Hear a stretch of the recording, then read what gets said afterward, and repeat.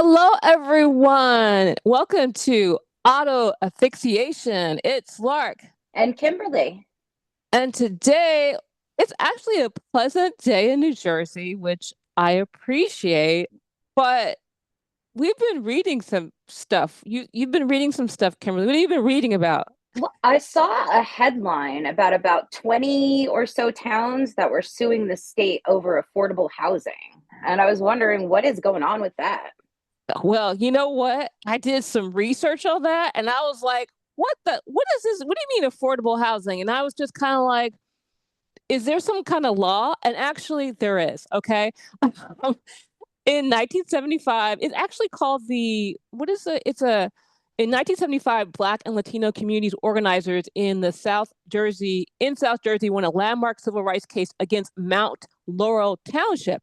That to this day still constitutes one of the most progressive housing laws in the nation, as the rise of suburbia prompted a national trend of white flight and gentrification. White people left the cities of Camden and Philadelphia in favor of more suburban towns, like Mount Laurel Township.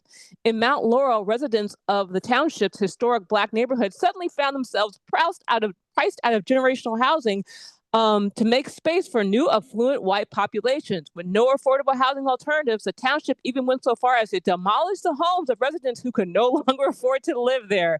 What? In response, local community members formed the Spring Community Action Committee with the goal of buying and building affordable housing. So, I mean, this is kind of like a big deal. And apparently, this lawsuit is saying it's not fair because apparently all the cities don't have to build affordable housing. And some of the cities that were cited in the article that I read to research this were townships like Passaic Mm-hmm. and Trenton, which I would venture to say would probably be okay to be left out of that whole thing because I think Trenton and Passaic have to provide through their cities have to provide a certain amount of affordable housing. Well, yeah. So the thing is that apparently, like the cities that get urban aid. So essentially, and here's the thing I think is really clever about that. They make it seem like, oh, it's not fair. The urban cities, and let's be very clear. I know we always talk about 95% of New Jersey is urban. So what are we talking about? Okay, so we say urban in this case, when we're saying urban, we mean mostly African American and Latino. And when we say suburban, we're meaning mostly white. That's what we're saying. We're not talking in code. This, the places that we researched to do this story are talking in code, but we're just kind of like being explicit here.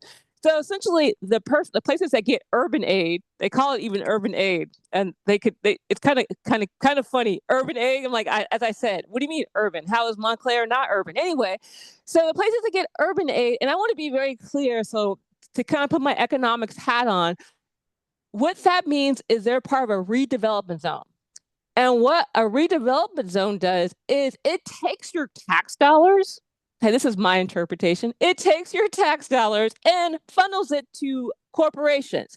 So essentially, the reason why they don't have to provide is not because they're getting all this free money from the government.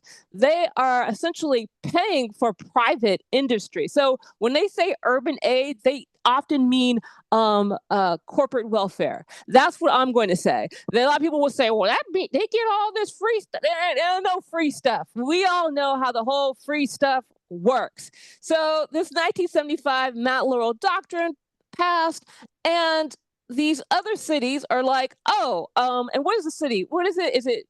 It was as mayor of Montvale. Montvale. Okay, because I'm like, I can't even pronounce these cities right. The mayor of Montvale, yeah. And what's his name?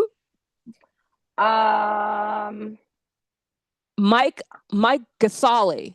I hope I'm saying that right. I don't mean be disrespectful to say his name wrong. And he's talking about like, oh yeah, it's like a suburban place and it's not fair. It's like you're overburdening suburbia.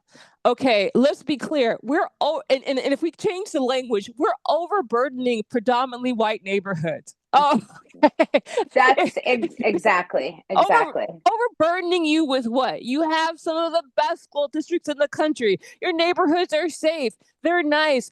I don't, you essentially divested and stolen from Newark and Trenton. Jersey City just is getting on its feet, but that was owing to redevelopment where they essentially made it so that people of color can't even live there anymore. And I would say that's Black and Latino and working class people, even working class white people can't live in Jersey City. Uh, Go ahead. It's the same with Hoboken. It's the same with Hoboken. After Hoboken was revitalized. I say that using quotes. It was like you go to Hoboken now and it's all white people. And not only that, it's white people with money. I think that was the one thing I thought was interesting when I went to when I first moved here from Los Angeles and I went to Manhattan and I was expecting to see, okay, look, I don't okay, this is going to be a strange thing to say. I don't know how to say this properly. But when I went to Manhattan and Brooklyn and all these places, I was expecting to see what they call ethnic white people.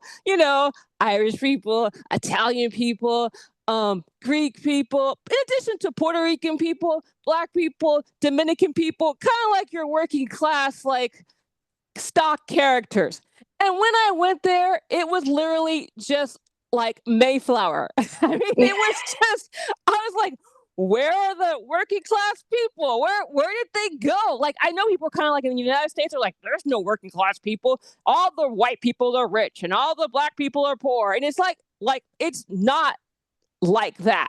It's really not. Like, especially in New York, you got a lot of like I said, we have a lot of normal people here. We got a lot. And I think it was so interesting because I was talking to this older white gentleman, and he was in Jersey City, and he was talking about how he had to go buy a house in Pennsylvania because of certain situations. And it was very interesting how he was talking about it. But he couldn't afford to live in the neighborhood he grew up in.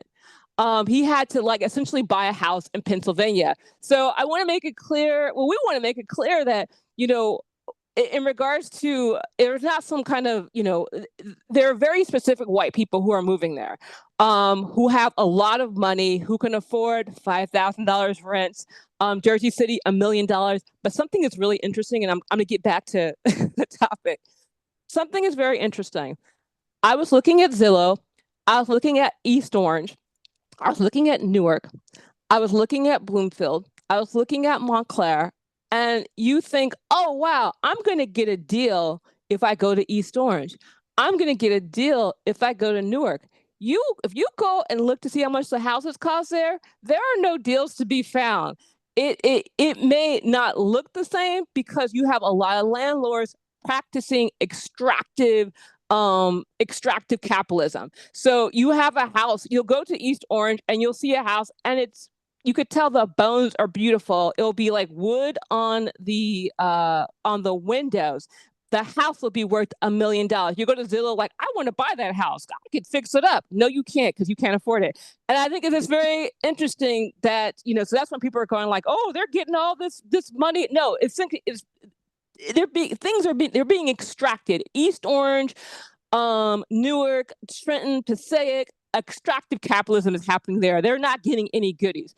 But, kind of moving on from that, it's like, so why do you think, um, you know, why do you think this was kind of like this happened? Like, why do you think that we have this situation where is it hard to find housing in New Jersey? Because a lot of people probably think New Jersey is cheaper than New York. Is it cheaper to get housing in New Jersey?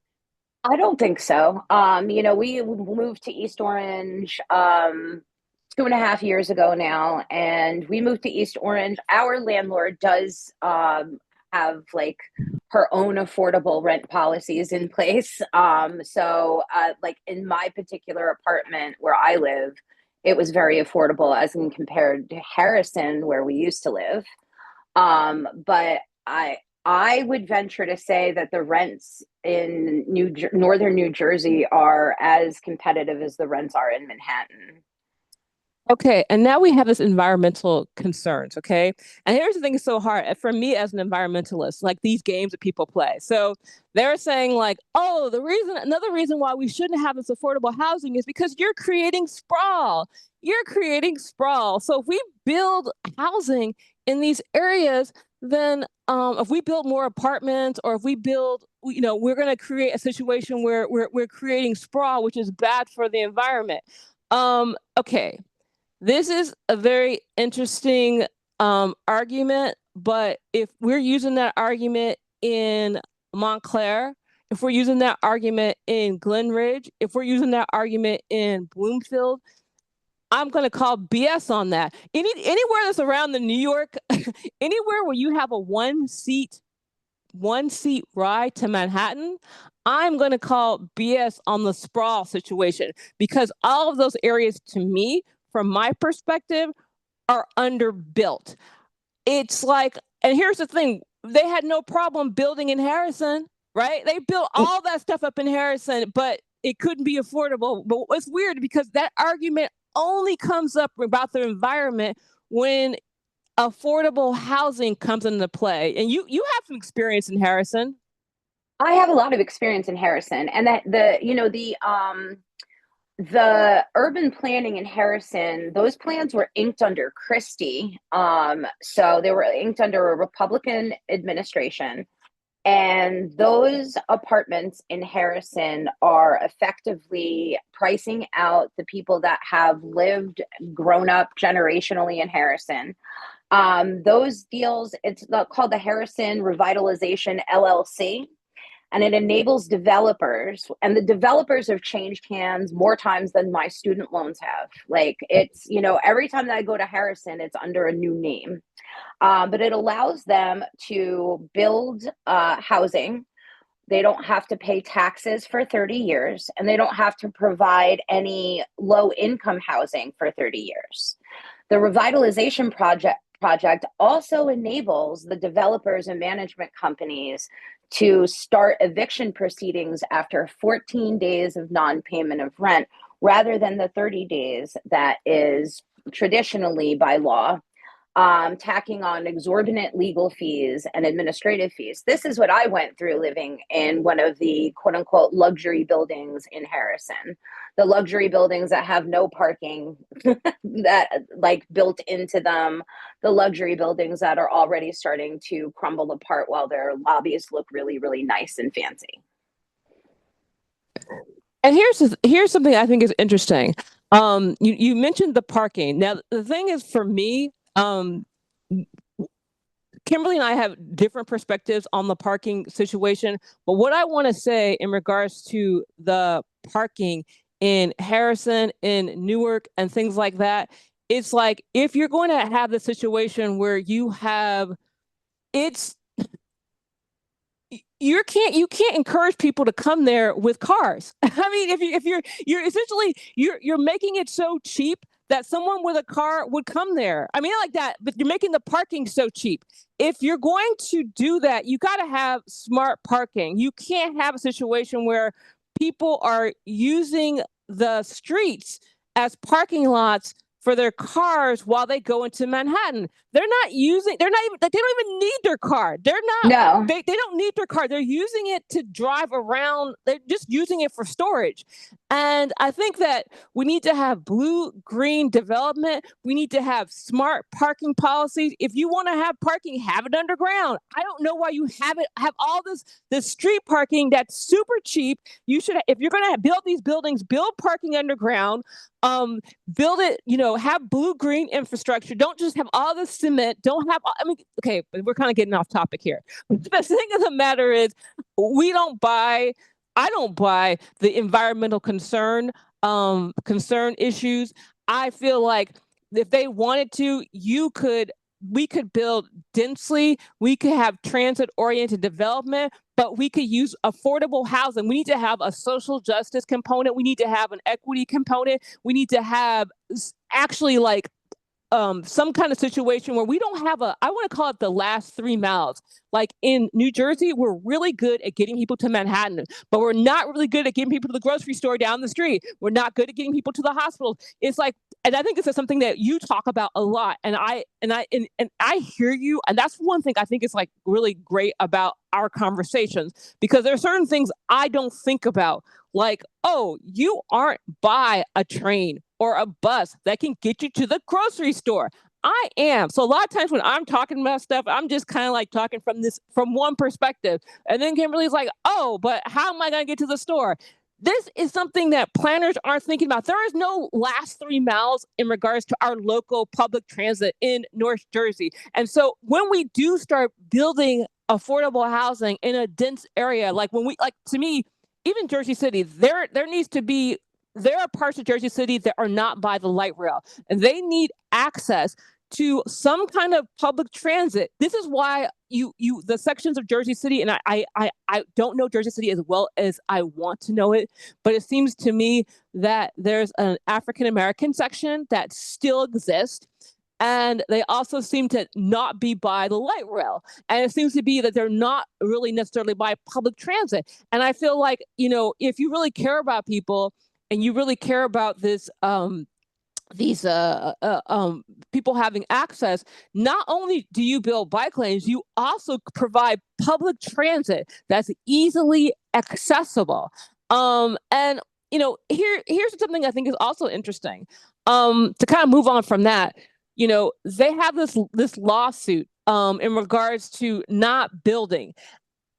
And one thing I think is interesting is that I think Jersey City, and I think there are places that are being redeveloped now. Like, I feel that Jersey City should be included in the affordable housing mandate now. I think at one point, okay, it didn't need to be, but I feel that their redevelopment, number one, I feel that their essentially tax giveaway to the rich should be done. It should be done now. I mean, Jersey City has been built up. They don't need any more help. Also, Hoboken doesn't need any more help. They also need to be, then that in some ways, I believe that the affordable housing mandate should be required on Jersey City, should be required on Hoboken, because I feel that both of those areas have essentially done what they were supposed to do. And I didn't really think about that. That was just something I just kind of thought about right now. I'm like, Jersey City is really expensive right now.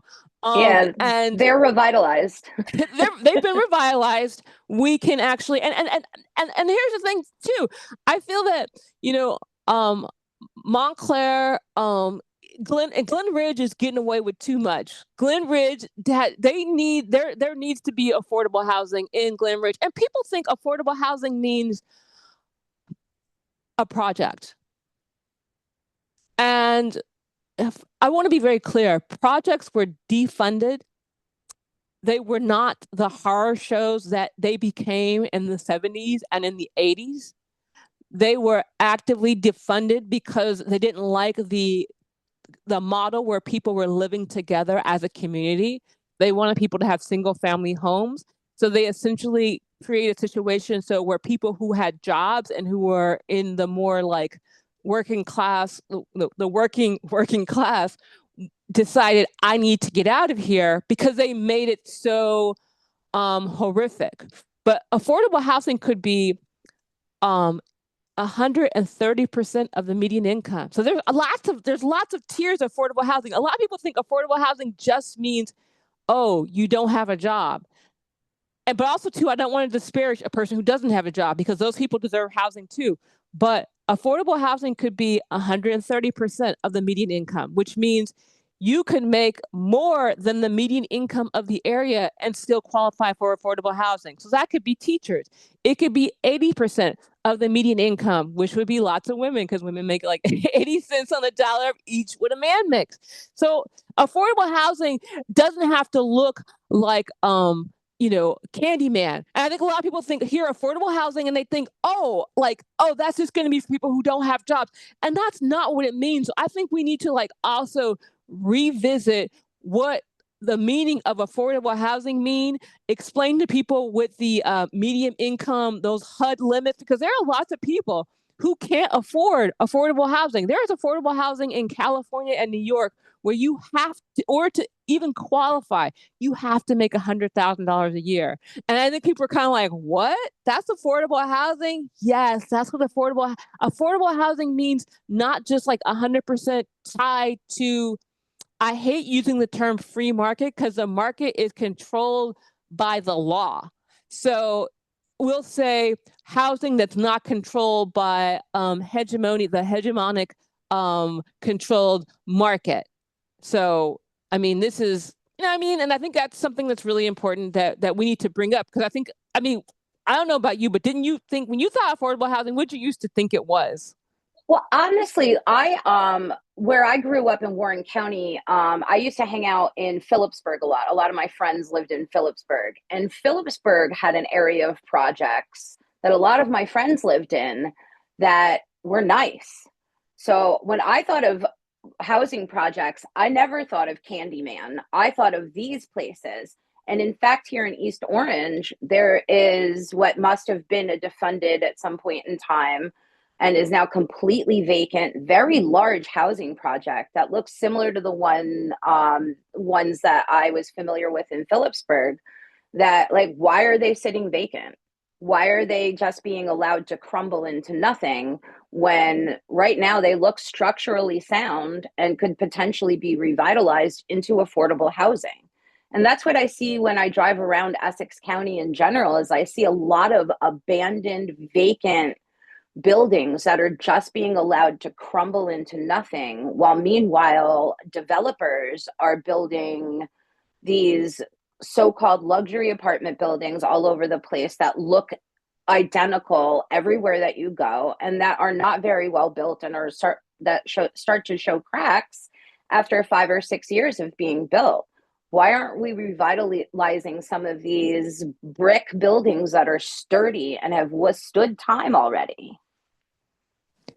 And I think that another thing with our planning is that let's not build built bedroom communities or dorms, essentially dorms for workers, because we're creating a situation in a lot of parts where we're building buildings so that people can sleep here in New Jersey while they work and party in New York. So they don't have they don't have the mixed zoning. So you don't have the situation where you have businesses on the bottom, you have residential on the top, and then you have like maybe like a microforest or a community center. These are, we need to have like mixed income in developments. I mean, there in Harrison, they do have like a child care center, but it's only one. You actually gonna need more than that one child care center, because more than one mother has a kid, or one more than one person has a kid.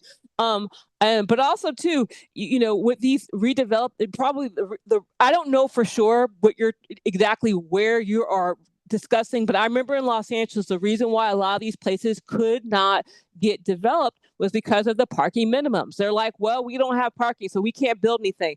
But I also feel like, okay, so so that is one issue, and another issue is these people get a lot of people who are developers get rewarded for having empty buildings. They get to use it as a tax write-off, and they would rather have an empty building than have essentially the wrong people. And let's be honest, the Black people, the undocumented Latinos, they would rather have no one in the building than have the wrong people there. So when the community flips over, they want to flip over, and then they can get the right, not any white people, the right white people there.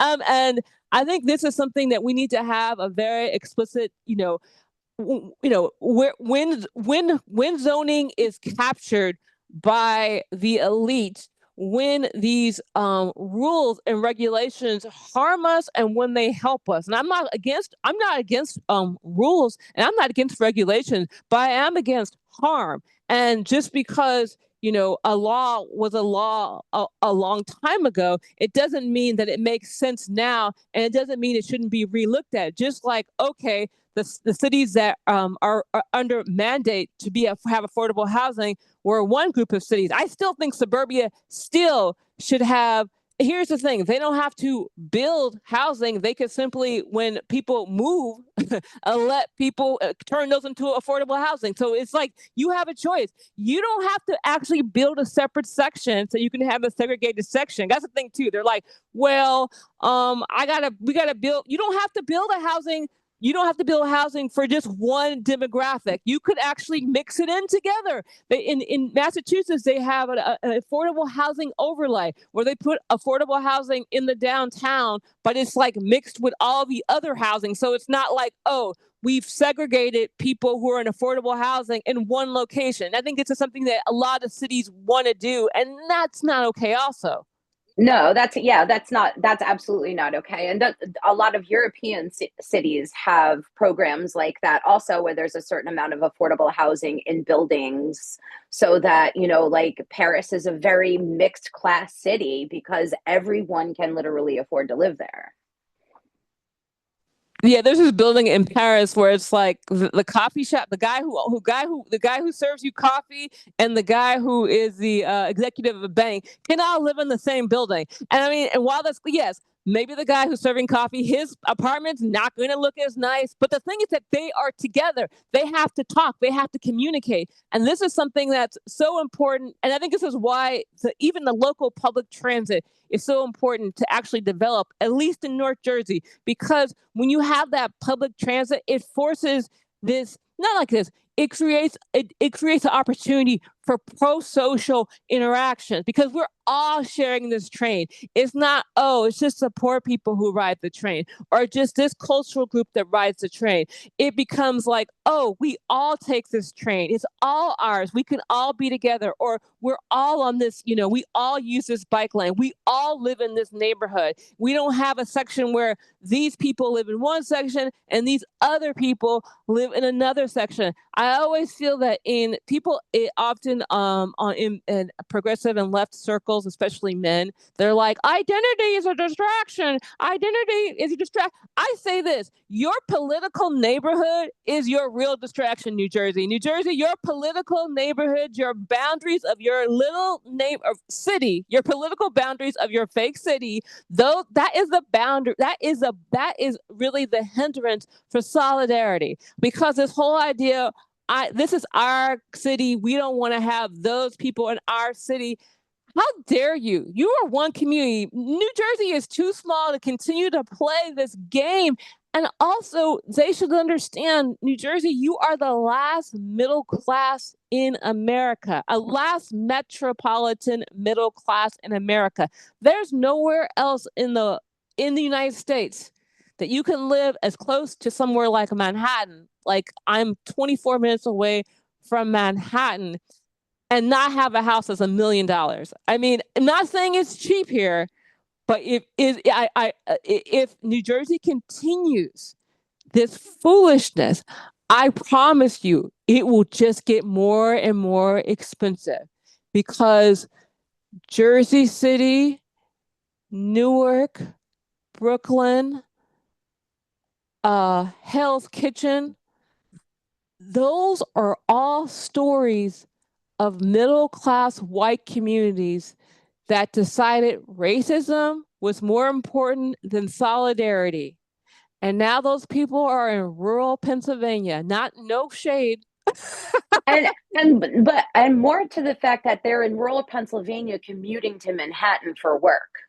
They're commuting more than 2 hours to get to work. And my husband works with a man who has worked for their company for decades. For the last 5 years, he lives in Pennsylvania.